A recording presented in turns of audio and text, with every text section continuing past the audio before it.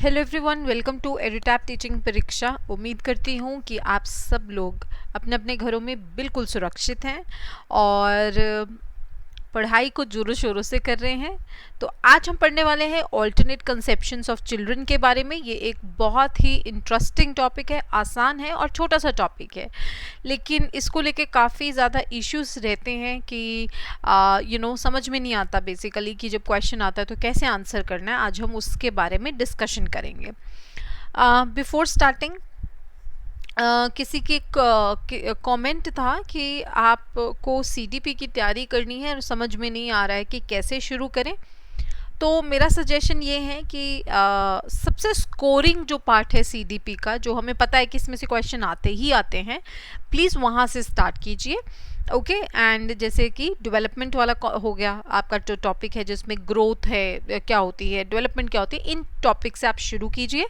ठीक है, हेरिडिटी का क्या रोल है, ठीक है, और फिर ये सारी चीज़ें आप पहले कर लीजिए। उसके बाद आप कुछ सिद्धांतकार को पढ़ लीजिए, जैसे प्याजे हैं, कोलबर्ग हैं, इनको पहले पढ़ लीजिए। इससे क्या होगा, आपकी एक समझ जो है सीडीपी के लिए ओवरऑल समझ डेवलप हो जाएगी। और देन आप जो टॉपिक वाइज जो टॉपिक आपको लगता है कि आपको सबसे ज़्यादा डिफ़िकल्ट लगते हैं, मैं आपको ये सजेस्ट करूँगी पहले उनको करके ख़त्म कर लीजिए, क्योंकि आसान चीज़ को पढ़ना बहुत ज़्यादा कम टाइम लगता है हमें, हो जाती है। लेकिन जो डिफ़िकल्ट चीज़ होती है फिर बाद में मोटिवेशन नहीं रहता उसको पूरा करने का। तो थोड़ा थोड़ा करके, क्योंकि अभी हमारे पास टाइम है तो हम कर सकते हैं, उसको फिनिश कर लीजिए। ठीक है, और प्लीज़ प्रीवियस ईयर ज़रूर देखिएगा एंड देन उसके अकॉर्डिंग अपने एक लिस्ट बनाइए कि कौन कौन से टॉपिक्स आपको पहले कवर करने हैं। जो हमारा जूम सेशन हुआ था सैटरडे को, उसमें मैंने आपको बताया भी था कि कौन से टॉपिक हैं सीडीपी में जो आप बिल्कुल मिस नहीं कर सकते। तो प्लीज़ सबसे पहले उनको कर लीजिए आप। ठीक है, ओके। तो सबसे पहले एक क्वेश्चन से स्टार्ट करते हैं। ये मैंने इसलिए क्वेश्चन लिया है बिकॉज क्या होता है, समटाइम्स हम बहुत सारी थ्योरी नहीं पढ़ सकते, लेकिन ऐसा कुछ क्वेश्चन आ जाता है तो हमें कैसे आइडिया होना चाहिए कि इस क्वेश्चन का मुझे आंसर कैसे करना है। देखिए, क्वेश्चन है, चिल्ड्रन कंस्ट्रक्ट नेव थियरीज, मतलब जो बच्चे होते हैं वो जो नेव थियरी, नेव का मतलब होता है कि ऐसी theory banana which is new, और जो जिसका कोई बहुत ज़्यादा पीछे बच्चे जो हैं वो कोई भी चीज़, इसको मैं ऐसे और इजीली एक्सप्लेन करती हूँ। बच्चे जो होते हैं उनको बेसिकली उनके लिए हर चीज़ न्यू है, ठीक है, और उनकी जो थियरीज होती हैं, जो किसी भी चीज़ को लेके उन्होंने अपने दिमाग में आइडियाज़ बना के रखे होते हैं, वो बहुत ही, आप कह सकते हैं, इमेच्योर होते हैं। उनके पीछे बहुत ज़्यादा नेव का मतलब यही है कि उसमें बहुत ज़्यादा समझ या बहुत ज़्यादा रीज़न या बहुत ज़्यादा परख नहीं होती है। ठीक है, सो बेसिकली बच्चे ऐसे बहुत सारी कहानियाँ बनाते रहते हैं। आपने देखा भी होगा कि बच्चे जो हैं, बच्चों की आदत होती है स्टोरी कुक करने की, एंड बहुत सारी स्टोरीज़ जो हैं वो कुक करते रहते हैं। कुछ ना कुछ बच्चों के दिमाग में चलता ही रहता है। सो ऐसे बहुत सारी, मतलब कि एक्सपीरियंस नहीं होता, कहने का भाव ये है। बच्चे के पास वो विजडम नहीं है, बच्चे के पास वो उतनी जजमेंट नहीं है। तो नेव का मतलब यही है, कोई चीज़ जो जिसमें आपकी परख नहीं है, जिसमें आपका एक्सपीरियंस नहीं, कोई नई सी चीज़, कोई ऐसी चीज़ जो इनोसेंट है। और बच्चे जो हैं वो बहुत ज़्यादा इनोसेंट स्टोरीज़ जो हैं वो क्रिएट करते हैं, अगर आपने देखा होगा। तो अगर आपसे कुछ ऐसा प्रश्न, अब हो सकता है कि आपके दिमाग में कि अच्छा नेव थ्योरीज क्या होती हैं, तो अगर आपको नेव शब्द का मतलब पता है कि मतलब कोई चीज़ जिसमें आपका एक्सपीरियंस नहीं है, जिसमें समझ नहीं है, ठीक है, तो ऐसी थियरीज बच्चे जो हैं, ऐसे सिद्धांत बच्चे बनाते रहते हैं, उसकी संरचना करते रहते हैं। तो इस समय एक टीचर को क्या करना चाहिए? पहला है, देखिए, पहला ऑप्शन कहता है कि टीचर को चैलेंज करनी चाहिए ऐसे कंसेप्शन होता है कि अवधारणाएं, कॉन्सेप्ट जो बच्चे ने बना रखे हैं उनको थ्रू डायलॉग क्या होता है? बातचीत के द्वारा, ठीक है। और दूसरा है dismiss this ideas that children have, in ideas को तो आप छोड़ ही दें, खारिज ही कर दें कि बच्चे के पास ऐसे कोई आइडिया नहीं होते। तो ये तो देखिए ऑप्शन ही गलत है, क्योंकि हमें पता है कि बच्चे के दिमाग में बहुत आइडियाज़ होते हैं, उनका दिमाग बहुत ज़्यादा इमेजिनेशन करता है, उनके दिमाग में बहुत क्वेश्चंस आते हैं। ठीक है, जैसे भी रिसेंटली मेरी नीज़ आ रखी थी, तो 5 साल की है उसके दिमाग में इतने क्वेश्चंस हैं, इतने क्वेश्चन है, ये ऐसा क्यों है, ये ऐसा क्यों नहीं होता है, इतनी इमेजिनेशंस हैं। तो हम ये नहीं कह सकते कि बच्चे के दिमाग में आइडियाज़ नहीं आते। आपके आसपास भी जो बच्चे हैं आप ऑब्ज़र्व कीजिए, अगर आपके घर में कोई छोटा बच्चा है तो ऑब्ज़र्व करके देखा कीजिए, जो जो चीज़ें हम पढ़ते हैं वो एक्चुअल में लागू होती हैं, ठीक है। सो आपने ये देखना है। Then ignore children's ideas and theories, क्या बच्चे के जो आइडियाज़ हैं, थेरीज़, उनको बिल्कुल आप इग्नोर कर दें? नहीं, आप एज अ टीचर ये बिल्कुल नहीं कर सकते, क्योंकि बच्चे की जो इमेजिनेशन है, अगर हम उसको देखें या समझने की कोशिश करें तो हमें बच्चे के बारे में बहुत सारी चीज़ें समझ में आती हैं। Okay, and scold the children for having these ideas, आप बच्चे को डांटे कि भाई तुम ऐसे आइडियाज़ कहाँ से लेके आ रहे हो, क्योंकि ये मेरे पढ़ाना जो है, टीचिंग जो है, शिक्षण जो है, उसके बीच में रुकावट पैदा करता है या इंटरफेयर करता है, तो ये भी गलत है। देखिए, अब आपको पढ़ने से ही क्वेश्चन समझ में आ गया, ऑप्शन पढ़ने से ही समझ में आ गया कि सारी ऑप्शंस गलत हैं। एज अ टीचर आपने कभी भी बच्चे के किसी भी आइडिया को झिड़कना नहीं है, निगेट नहीं करना, मना नहीं करना उसको, बल्कि उसके आइडिया को समझने की कोशिश करनी है। जैसे ये फर्स्ट ऑप्शन कह रही है कि आपको पता है कि बच्चे के पास एक्सपीरियंस नहीं है, और बिना एक्सपीरियंस के इसने एक सिद्धांत, एक थ्योरी जो है वो बना रखी है, तो आप क्या करेंगे? आप उसे डांटेंगे नहीं, आप उसको चैलेंज करेंगे, आप उसे एक नया नज़रिया देंगे, नया पर्सपेक्टिव देंगे, लेकिन बातचीत से, डांट से, फटकार से नहीं। नॉर्मली हमारे पेरेंट्स क्या करते हैं, अगर आप ये चीज़ अपने ऊपर भी लगा के देखिए, जब हमें एक्सपीरियंस नहीं होता, हमारे पेरेंट्स बोलते हैं ना कि अभी देखो हमने धूप में थोड़ी बाल सफ़ेद किए हैं, हमें बहुत एक्सपीरियंस है, ठीक है, आपको भी एक्सपीरियंस नहीं, इसलिए आप ये चीज़ नहीं समझ सकते। और सबसे बेस्ट डायलॉग जो होता है माता पिता को होता है, जब तुम खुद माँ बाप बनोगे तब तुम रियलाइज़ करोगे, है ना। तो बेसिकली क्या है ये चीज़ कि आपको किसी चीज़ से एक्सपीरियंस नहीं है और आपने एक थ्योरी बना रखी है, क्योंकि कहीं ना कहीं थ्योरी और प्रैक्टिकल में बहुत अंतर है।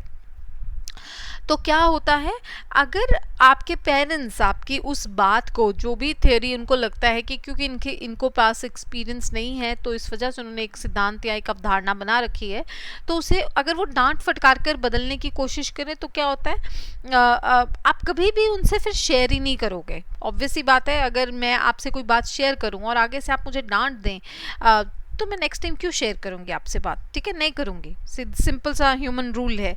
लेकिन अगर मैं सुन लूँ आपकी बात, आप मेरी बात सुन लें आराम से, तो ऑब्वियसली आगे हम जो है जो हमारी गलत धारणा है उनको हम ठीक कर सकते हैं। सो यही वो बोल रहा है कि आप बातचीत करके अगर बच्चे के कोई धारणा गलत उन्होंने बना ली है तो उसको ठीक करें, ठीक है। चलिए, सो इसका आंसर है ऑप्शन नंबर 1।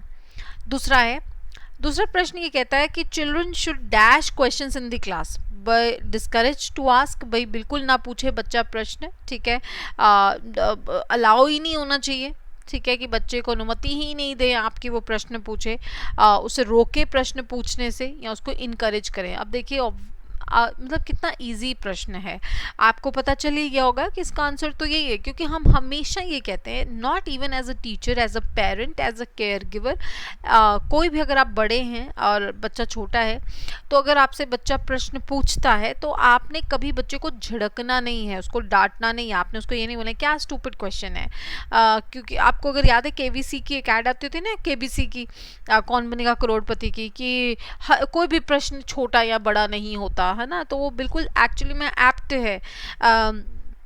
फॉर एग्जाम्पल, अगर मैं कोई भी प्रश्न पूछूं अपने पेरेंट्स से, तो उनको ये नहीं लगना चाहिए कि क्या स्टूपिड क्वेश्चन है या कोई सिली क्वेश्चन है, क्योंकि शायद उनके लिए वो सिली हो सकता है क्योंकि उनको बहुत एक्सपीरियंस है, लेकिन मेरे लिए जिसे नहीं आता उसके लिए वो प्रश्न बहुत बड़ा है, तो छोटा सा प्रश्न भी बड़ा हो सकता है। तो सेम बच्चे के साथ भी है कि आपने उसको प्रोत्साहन करना है, प्रेरित करना है, आपने उसको प्रोत्साहित करना है कि वो आपसे प्रश्न पूछे, ज़्यादा से ज़्यादा प्रश्न पूछे, क्योंकि जब एक बच्चा प्रश्न पूछता है, उसके प्रश्न पूछने के पीछे उसका जो दिमाग कैसे चलता है, उसका माइंड कैसे काम करता है, वो आपको समझ में आ जाता है, वो क्या सोच रहा है, उसके कॉन्सेप्ट क्लियर हैं कि नहीं, वो आपको समझ में आ जाता है। सो इमेजिन कीजिए बच्चा आपसे कुछ पूछे ही नहीं, आपको कभी समझ में नहीं आएगा कि आपका बच्चा किस तरीके से सोचता है। और एज अ टीचर ये बहुत ज़्यादा इम्पॉर्टेंट है कि आपको पता हो कि आपकी क्लास में कौन सा बच्चा जो है वो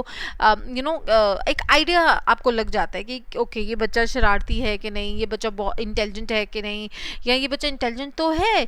अब देखिए सारे बच्चे इंटेलिजेंट होते हैं, ऐसा कुछ नहीं है कि बहुत हाई फाई बच्चे होते हैं या अरे या हमने 90% दिलवाने होते हैं बच्चों को, ये कुछ नहीं है। सारे के सारे बच्चे इंटेलिजेंट होते हैं, कोई बच्चा डल नहीं होता क्लास में। हर बच्चे की अपनी खूबी होती है। वो खूबी कैसे पता चलेगी आपको? जब आप उससे बात करेंगे, जब वो आपसे प्रश्न पूछे और उसका आप जवाब देंगे। ठीक है, चलिए, तो इसका आंसर है ऑप्शन नंबर 4। अब देखिए फिर से एक प्रश्न आया नेव थ्योरीज को लेके। ठीक है, अगेन इनएक्सपीरियंस्ड है आप और आप ऐसी एक मनगढ़ंत कुछ घटनाओं का की कुछ सिद्धांत जो है वो आपने बनाए हैं। ठीक है, अब बच्चे ऐसे करते हैं, क्या उन नेव थियरीज को टीचर को इग्नोर करना चाहिए? दूसरा कहता है टीचर को उनको सजा देनी चाहिए, दंड देना चाहिए क्योंकि वो ऐसी थ्योरीज बना रहे हैं। तीसरा है they should be replace by correct one through repetitive memorisation. तो एक चीज याद रखिएगा, एज अ टीचर आपने कभी भी किसी चीज में रट्टा नहीं बच्चे को मरवाना। ठीक है, मेमोराइजेशन इज बेसिकली कि बार बार बोल के चीज़ का चीज़ याद करवा दो, चीज़ का रट्टा मरवा दो, वो आपने नहीं करना है। ठीक है, आपने तो बच्चे को समझ देनी है, रीज़न देना है, तर्क वितर्क देना है। Then is it should be challenged by presenting counter evidence and examples. आप बच्चे को काउंटर एविडेंस क्या होता है? सपोज आपने कोई बात बोली और मुझे लगे नहीं ये गलत है, सही तो ये है, तो उसको प्रस्तुत करूं मैं वो जो सही एविडेंस है। ठीक है, और एग्जाम्पल दूं, उदाहरण दूं आपको, तो बेसिकली क्या है, ये सबसे बेस्ट तरीका होता है। देखिए अगर कोई कुछ गलत कर रहा है तो एक होता है कि आप उसे क्रिटिसाइज करते जाते हैं कि ये ऐसे करते हैं, ऐसे करते हैं, कैसे करते हैं। भाई उसको भी दिख रहा है कि कोई चीज़ सही नहीं हो रही है। आपको क्या करना है, आपको सोल्यूशन प्रोवाइड करना है। मतलब कि कहने का भाव ये है कि आपको पता चल गया ना कि बच्चा एक ही तरीके से सोच रहा है, तो व्हाट यू विल डू, आप उसको एक और नज़रिया जो है वो प्रेजेंट करेंगे, आप उसे और उदाहरण देंगे ताकि उसको चीज़ें अच्छे से समझ आ जाए। ठीक है, तो इसका करेक्ट आंसर है ऑप्शन नंबर 4। आपको समझ में आया, नेव थ्योरीज के ऊपर प्रश्न आता है। ठीक है, 2 प्रश्न आप ऑलरेडी देख चुके हैं। नेव थ्योरीज हैं क्या, मैं यही एक्सप्लेन कर रही हूँ आपको। जब भी बच्चा कोई भी ऐसा आइडिया, ऐसी कोई धारणा, ऐसा कोई सिद्धांत बनाए, क्योंकि उसके पास बहुत ज़्यादा नॉलेज नहीं है। नेव का मतलब ही ये है जब आप इनोसेंटली कोई चीज़ अपने दिमाग में बिठाते हैं, कोई आइडिया, इनएक्सपीरियंस्ड हैं आप। ठीक है, उस वो जो थेरीज़ हैं बिल्कुल नई थेरीज़, बिल्कुल ऐसी थेरी जो बेसिकली आपके पास ऑब्वियसली कोई एक्सपीरियंस नहीं है, उसके आधार पर आपने बनाई है। ठीक है, तो आप हमेशा याद रखिए कि बच्चा ऐसी बहुत सारी थ्योरीज बनाता है। तो एज अ टीचर आपका क्या काम है? आपका काम यह है कि उसको चैलेंज करना, लेकिन डांट के नहीं, पनिश करके नहीं, बातचीत करके। कहते हैं कि कम्युनिकेशन जो है दुनिया में वो एक एक बहुत बेहतरीन टूल है, बहुत इंपॉर्टेंट टूल है। अगर हम कम्युनिकेट करें तो हमारी half more than half problem जो है हमारी सॉल्व हो जाती है। दुविधा क्या है, हम कम्युनिकेट नहीं करते, अपने दिमाग में एक धारणा बनाते रहते हैं, अगले ने वैसा सोचा भी नहीं होता, बट हम वो धारणा के साथ जीते रहते हैं। ठीक है, सो ये नहीं होना चाहिए। तो नेव थ्योरीज के ऊपर आपको ये चीज़ याद रखनी है। ओके, अगला क्वेश्चन देखिए क्या है, presenting student with clear examples and non example. अगर आप एक बच्चे के सामने एग्जांपल रख रहे हैं, सपोज आप उसे एग्जांपल दे रहे हैं किसी चीज़ का, और आप उसे एग्जांपल से नहीं वैसे ही समझा रहे हैं। ठीक है, तो उसने कहा कि ये एक अच्छा तरीका है to encourage conceptual change. Okay, दूसरा है कि उससे कन्फ्यूजन हो जाएगी। तो देखिए ऑब्वियस सी बात है, अगर मैं बच्चे को कोई चीज़ समझा रही हूँ उदाहरण दे दे के, जैसे हम करते हैं अपनी क्लास में, मैं आपको कोई भी चीज़ जब समझाती हूँ तो मैं आपको बहुत सारे उदाहरण देती हूँ, तो उससे क्या है कि आपको कन्फ्यूजन होती है या क्लैरिटी होती है? ऑब्वियसली क्लैरिटी के लिए एग्जाम्पल्स दिए जाते हैं। ठीक है, तो उससे जो है कॉन्सेप्ट को समझने में मदद मिलती है। ठीक है, तो ये सेकेंड ऑप्शन बिल्कुल गलत है, थर्ड ऑप्शन भी गलत है। चौथा देखो, फोकस ऑन प्रोसीजरल नॉलेज, कि प्रोसीजर के ऊपर आप ज़्यादा फोकस करें, कंसेप्ट को मत समझाएं, तो ये गलत है। अगर सपोज करो मैंने आपको ये समझाना है कि भाई चाय कैसे बनाई जाती है, तो मैं आपको जो है प्रोसीजर में रट्टा मरवा दूं, ठीक है, आपको मैं कोई चीज़ समझाऊं नहीं कि देखिए अगर आपने 2 कप चाय बनानी है तो डिपेंड करता है, देखो चाय बनाना भी एक आर्ट है, वो डिपेंड करता है, हर कोई चाय भी नहीं बना सकता। तो चाय इज़ नॉट ओनली कि पत्ती और दूध डाल दो चाय बन गई ना, अच्छा चाय बनाने के लिए भी बहुत टेक्ट चाहिए, एक कॉन्सेप्ट की अंडरस्टैंडिंग चाहिए कि आपने, अच्छा सपोज करो आपने किसी के लिए चाय बनानी है, आपने 1 कप चाय बनानी है, तो 1 कप चाय में आप 1 कप लोगे पानी का या आधा लोगे, एक पूरा लोगे, कितना दूध डालोगे, ये कॉन्सेप्ट है, ये समझ है कि आपने पहले ये डिसाइड करना है। सपोज 2 लोगों के लिए बनानी है तो किस समय अदरक डालना चाहिए, किस समय इलायची डालनी चाहिए, ये कॉन्सेप्ट है। अगर मैं रट्टा मरवा दूं तो ठीक है, तो बच्चे को बेसिकली अंडरस्टैंडिंग तो हुई नहीं, उसको समझ में आया नहीं, रट्टा तो उसने माना इस चीज़ का मारा था कि अच्छा 1 कप चाय बनानी है तो इतना पानी इतना ये दूध, दैट्स इट। अब ज़्यादा बनानी पड़ जाए तो क्योंकि उसको अंडरस्टैंडिंग हमने नहीं दी तो उससे नहीं बन पाएगी। प्रोसीजर नॉलेज में आप सिर्फ और सिर्फ एक प्रोसीजर सामने पेश कर देते हैं और आप कहते हैं बस यही है जी, आप ऐसे ऐसे ऐसे करेंगे। आपने कॉन्सेप्ट की अंडरस्टैंडिंग देनी है। अगर मैंने आपको कोई चीज़ समझाई है, सपोज स्किनर समझा रही हूँ, जैसे कल गैग ने समझाया था, तो मैंने आपको कॉन्सेप्ट अंडरस्टैंड कराया है, मैंने आपको रट्टा किसी चीज़ का नहीं मरवाया कि अच्छा ये इतनी डेफिनेशन याद रख लो, इतने पॉइंट्स याद कर लो, इसमें से प्रश्न आ जाएगा। नो, मैंने आपको इतने अच्छे से कॉन्सेप्ट एक्सप्लेन करती हूँ कि आपको कल क्वेश्चन कहीं से भी आए आपको कॉन्सेप्ट क्लियर होना चाहिए। कॉन्सेप्ट क्लियर है, बाकी चीज़ें आप अपने आप कर लोगे। तो बेसिकली इसका करेक्ट आंसर ऑप्शन नंबर 1 है, क्योंकि जब भी हम किसी भी चीज़ को समझाने जाते हैं, अगर हम उसके साथ उदाहरण दें या नई नॉन एग्जाम्पल्स भी अगर हम दें, तो ऑब्वियसली उससे आप संवाद से बेसिकली एक बहुत अच्छा तरीका है जिससे आप कॉन्सेप्ट को चेंज कर सकते हैं। ठीक है, अब स्टार्ट करते हैं। देखिए क्या है ऑल्टरनेट कंसेप्शन, क्या होता है। ऑल्टरनेट कंसेप्शन का मतलब है कुछ ऐसी अवधारणाएं जो हमने किसी भी चीज़ के बारे में बना रखी है लेकिन वो गलत है।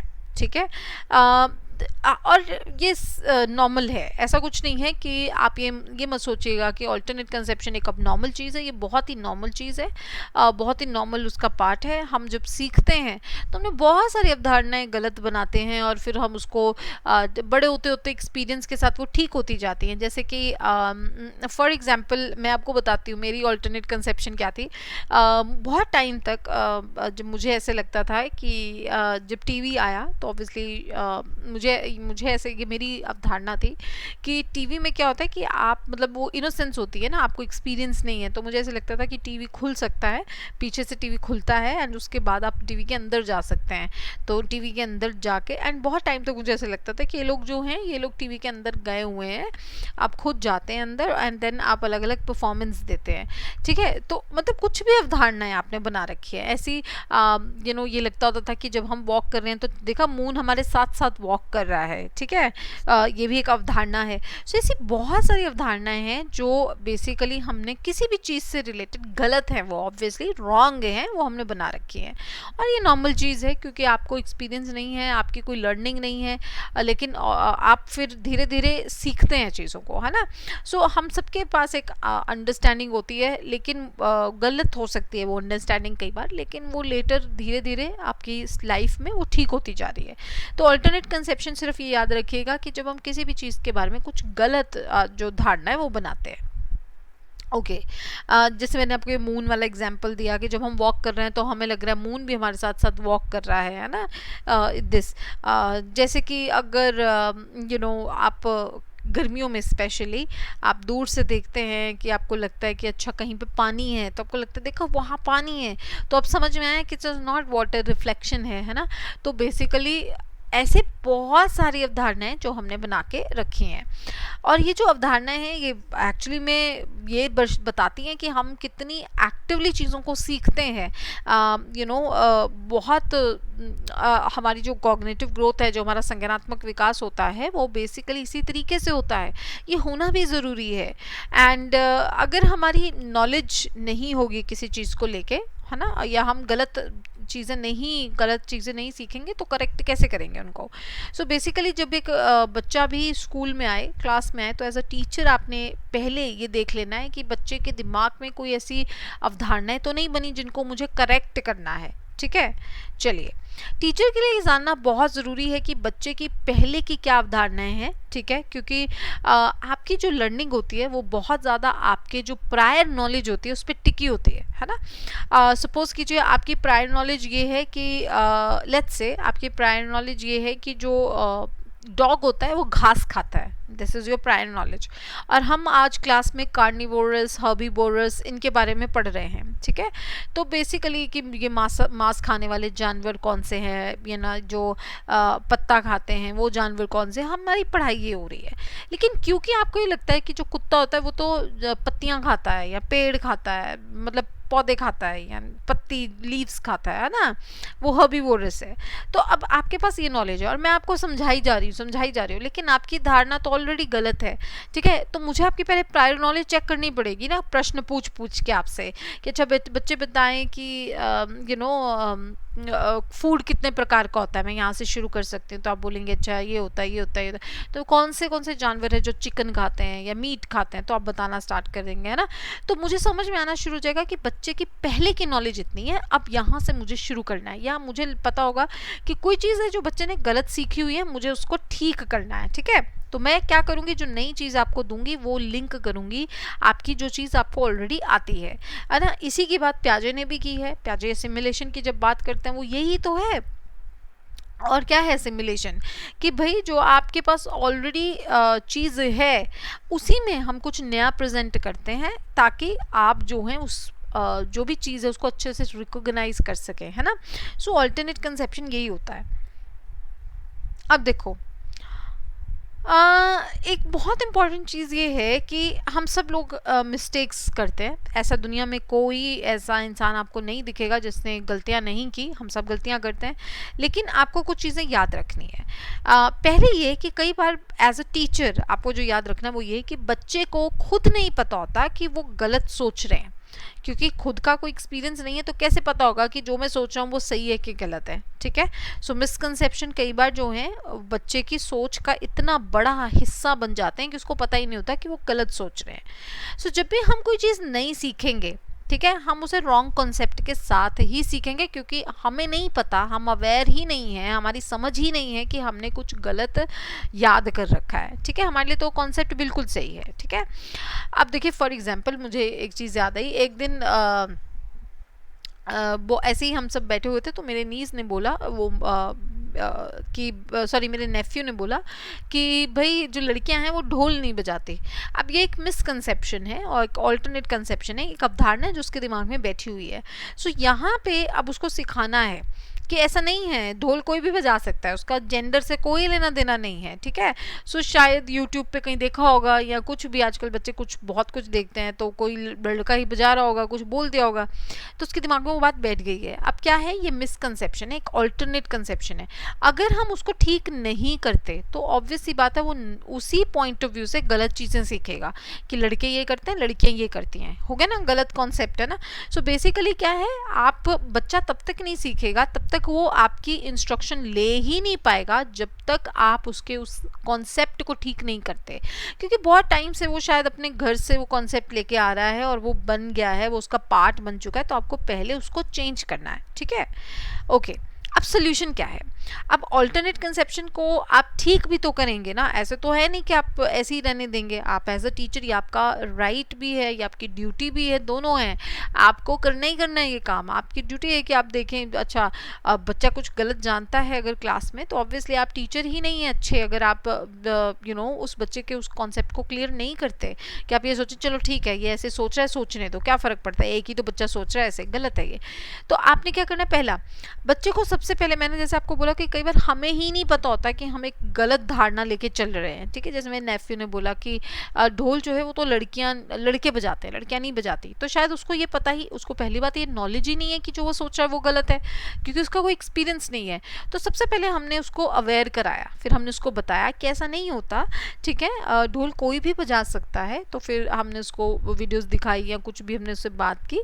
सो बेसिकली आपने क्या किया, आपने उसको वैसा टास्क दिया जिससे चैलेंज हो सके, उनकी जो वो धारणा है, मिसकंसेप्शन है, जो अवधारणाएं हैं उनकी, वो चैलेंज हो सके। दूसरा है हमेशा पढ़ाने से पहले आप बच्चे की प्रीवियस नॉलेज चेक करें, क्योंकि जैसे प्याजे भी बोल के गए हैं कि आप जब न्यू इन्फॉर्मेशन दे रहे हैं उसको लिंक करना है अपने पुरानी से, ठीक है, तो बच्चा ज़्यादा अच्छा सीखता है। क्योंकि कई बार क्या होता है कि पुरानी इन्फॉर्मेशन ब्लॉक क्रिएट करती है, वो आपको पढ़ने के लिए आगे जाने ही नहीं देगी, ठीक है। सो नेक्स्ट इज नॉलेज बच्चे की आपने जो बिल्ड करनी है वो उसी के ऊपर बिल्ड करनी है। मतलब अगर आपने एक लिंक क्रिएट कर दिया ना तो बच्चे को भी उलझन नहीं होगी, उसको बुरा नहीं लगेगा, उसको लगेगा ठीक है मैम सही तो कह रही है। बस आपने बेइज्जती नहीं करनी बच्चे की, कॉन्सेप्ट क्लियर करना है बहुत आराम से। आप उसको टाइम दें कि वो बेसिकली खुद उस कॉन्सेप्ट को क्लियर करे और खुद उस कॉन्सेप्ट की अंडरस्टैंडिंग लेके आए। एक चीज़ हमेशा याद रखिएगा कि अगर आप चाहते हैं कोई कुछ करे तो उसकी रिस्पॉन्सिबिलिटी उसको उसके हाथ में दे दें, उसको रिस्पॉन्सिबल फील कराएं उस चीज़ के लिए, तो वो बहुत जल्दी चेंज करेगा। Next is teacher should let the child speak about their misconception. ये बिल्कुल सही है कि कई बार क्या होता है कि माता पिता भी घर में ऐसे करते हैं, बच्चे ने कोई बात गलत बोली तो उसको झाड़ देते हैं, तुम चुप बैठो। टीचर्स भी ऐसे ही करते हैं। नहीं, टीचर को अगर बच्चा गलत भी बोल रहा है उसको बोलने दें, ठीक है, उसको एक बार अपने दिमाग से वो जो चीज़ निकालना चाहता है उसको निकालने दें, उसके बाद आप उसे ठीक करें, उसे समझाएं कि बेटे देखो ऐसा नहीं ऐसा होता है, ठीक है। सो वो मिसकंसेप्शन के बारे में बाद में आप बातचीत करें उसके साथ, लेकिन उसे पहले बोल लेने दिए। क्योंकि अगर एक बच्चा अपना मिसकंसेप्शन आपके सामने लेके आता है तो आपको आइडिया रहता है वाकई में कि बेसिकली वो क्या सोच रहा है ना। Okay, teacher should give certain project to student. वो मैंने आपको पहले जब हम प्रश्न कर रहे थे तब भी मैंने आपको बोला कि चैलेंज करें बच्चे के आइडिया को, रट्टा नहीं मरवाएं। चैलेंज करने का मतलब होता है कि आप कोई ऐसा उदाहरण पेश करें जो वो सोच रहा है उसके बिल्कुल ऑपोजिट हो, ठीक है। सो जैसे हमने एक एग्जांपल ले रखा है कि जैसे उसने नेफ्यू ने बोला कि भाई ढोल जो है वो लड़कियां नहीं बजाती, तो उसको अब उसको डांटने की बजाय, ऑब्वियसली डांट का कोई फ़ायदा नहीं होगा क्योंकि उसको खुद नहीं समझ में आ रही, कि उसको पता ही नहीं है कि उसने कोई गलत चीज़ समझी है। तो आपने क्या करना है, उस आइडिया को चैलेंज करना है। आप चैलेंज कैसे करेंगे, आप उस आइडिया को आप नई नॉलेज प्रेजेंट करेंगे, ठीक है, न्यू इन्फॉर्मेशन देंगे। ओके जी, तो वो बच्चे के आइडिया चैलेंज होंगे। देन एक बहुत इंपॉर्टेंट चीज़ है कि जब हम मिसकंसेप्शंस होती हैं या अवधारणाएं होती हैं, उनका सबसे बड़ा फ़ायदा ये है कि आपको समझ में आ जाता है कि दिक्कत कहाँ है, कि रेमेडियल टीचिंग कहाँ करनी है, क्या लगाना है, कि वो सब चीज़ें को ठीक कैसे करना है, वो चीज़ें उनको समझ में आ जाती हैं। सो ये भी इम्पॉर्टेंट है। अनदर इज़ कि आप अलग अलग इंस्ट्रक्शंस का इस्तेमाल कर सकते हैं।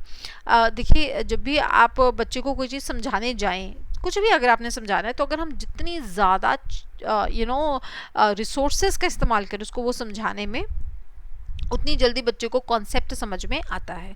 फॉर एग्जांपल जैसे यही वाली में आप एग्जांपल जो हमने ले लिया है, हम इस एग्जांपल पे रहते हैं कि लड़की वो ढोल वाला जो एग्जांपल है, कि अगर हम उसको समझाना है अभी ये चीज़, तो क्या होगा, आप उसे बहुत सारी मल्टीपल चीज़ों के एग्जाम्पल्स देंगे, ठीक है, नंबर ऑफ एग्जाम्पल्स देंगे आप उसे बेसिकली।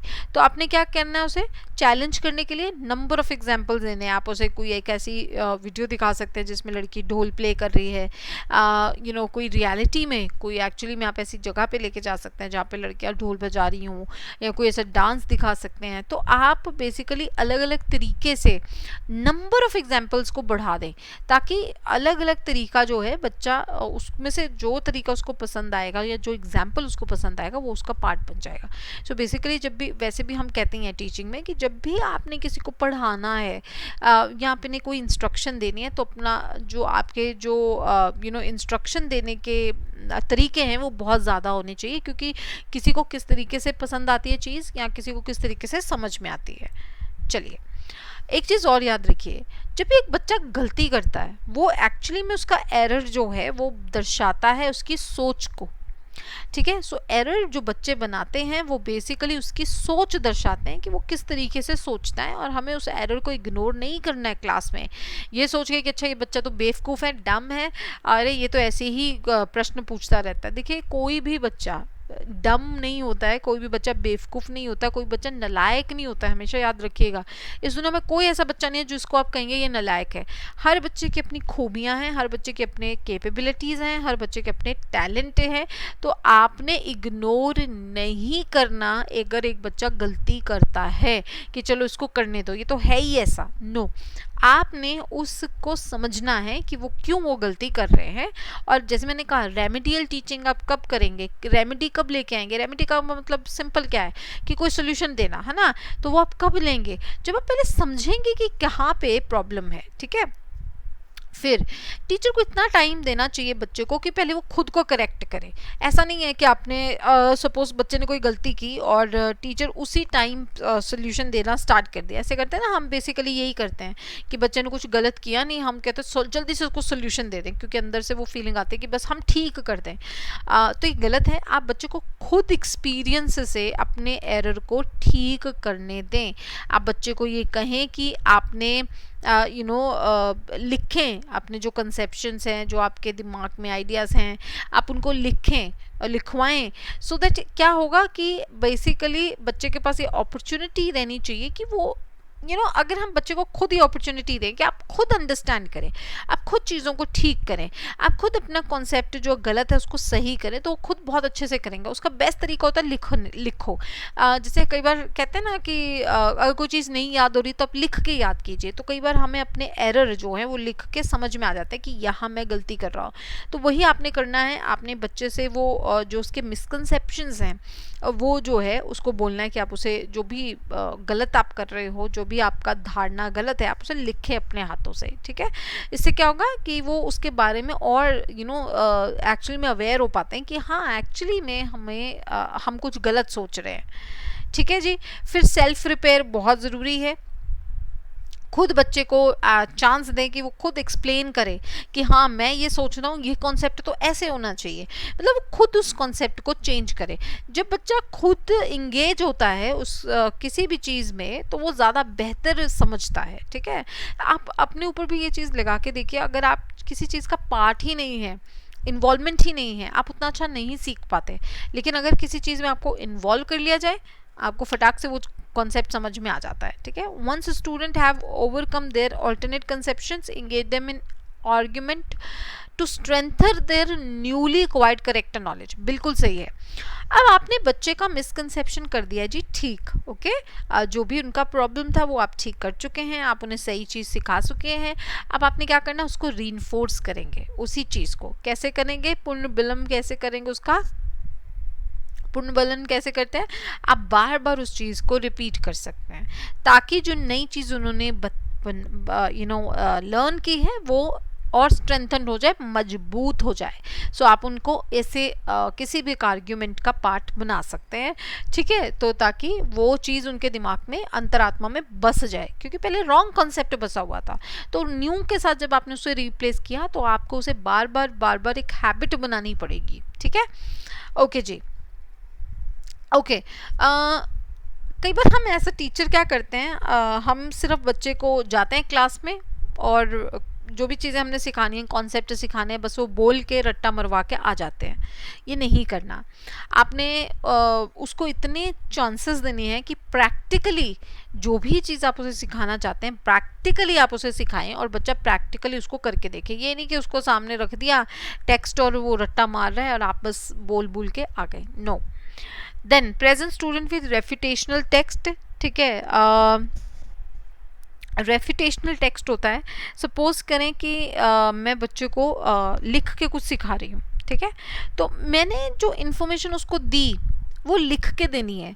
जैसे कि बच्चे के दिमाग में ये था कि जो मून होता है, लेट्स से वो हमारे साथ साथ वॉक करता है, तो अब हमने इसको इस चीज़ को हटाना है, उसको कोई कॉन्सेप्ट सिखाना है। तो जो चीज़ वो ऑलरेडी जानता है उसके कॉन्ट्रास्टिंग आप इन्फॉर्मेशन देंगे ना, उसके ऑपोजिट इन्फॉर्मेशन देंगे। तो आप उसे लिख के या पिक्चर ड्रॉ करके आप उसे वो बताएं कि ऐसा नहीं, ऐसा होता है। तो बेसिकली कहने का भाव यहाँ पे सिर्फ ये है कि आप जितना ज़्यादा बच्चे की इन्वॉल्वमेंट, जितने ज़्यादा उसके जो सेंसेस हैं उनको इन्वॉल्व कर सकते हैं, उतना ज़्यादा फ़ायदा होगा। ओके जी। मैंने आपको ऑलरेडी बता दिया, स्टूडेंट को इंगेज करें आर्ग्यूमेंट में, बच्चे से जो न्यू इन्फॉर्मेशन आपने दी, फिर उस न्यू इन्फॉर्मेशन से रिलेटेड बच्चे से एग्जांपल्स पूछें, उससे बात करें। मतलब ऐसे मत करें कि एक कॉन्सेप्ट गलत था, उसको आपने सही किया और उसको फिर छोड़ दिया, रट्टा मरवा दिया। नहीं, आपने उसकी समझ जाननी है, उस समझ के लिए आप बच्चे के साथ बातचीत करेंगे, आर्ग्यूमेंट करें, आप अपना पॉइंट रखें, आप बच्चे से उसका पॉइंट ऑफ व्यू पूछें, ठीक है, जो न्यू नॉलेज आपने उसको दी है उससे रिलेटेड। ओके जी, so this was all about this topic. और ये बहुत बहुत आसान है, छोटू सा टॉपिक है, ठीक है। तो आपने बस ये याद रखना, 3 मोटी बातें हैं जो इस पूरे टॉपिक में आपको याद रखनी है। एक, ऑल्टरनेट कंसेप्शन होता क्या है। दूसरा, एज अ टीचर आपको कभी भी बच्चे के एरर को जो है इग्नोर नहीं करना है आप, क्योंकि जो एरर्स होते हैं बच्चे के, वो आपको बताते हैं बच्चे की सोच के बारे में कि वो कितना सोचते हैं, क्या सोच रहे हैं, किस एंगल से सोच रहे हैं। दूसरी बात ये, और तीसरी बात, आप क्या क्या सोल्यूशन उसके लिए करेंगे। और उसका बेस्ट सोल्यूशन ये होता है कि बच्चे को एरर को सिर्फ ठीक नहीं करना, उसको सोल्यूशन भी देना, उसको एक ऑपोजिट इन्फॉर्मेशन भी देना विच इज़ करेक्ट, और फिर उस इन्फॉर्मेशन को बार बार रिपीट करना ताकि वो स्ट्रेंथन हो जाए, वो बच्चे के दिमाग में अच्छे से छप जाए, ठीक है। चलो, उम्मीद करती हूँ आपको ये समझ में आएगा, क्योंकि टॉपिक बहुत छोटा सा है। और किसी ने रिक्वेस्ट किया है कि हम एक मॉक टेस्ट लें, तो ज़रूर लेंगे। मैं आपसे प्रॉमिस करती हूँ कि मैं बहुत जल्द, may be this Saturday only, एक लाइव मॉक टेस्ट रखेंगे और उसमें बहुत सारे क्वेश्चंस जो हैं वो मैं आपके साथ डिस्कस करूँगी, ठीक है। Thank you so much.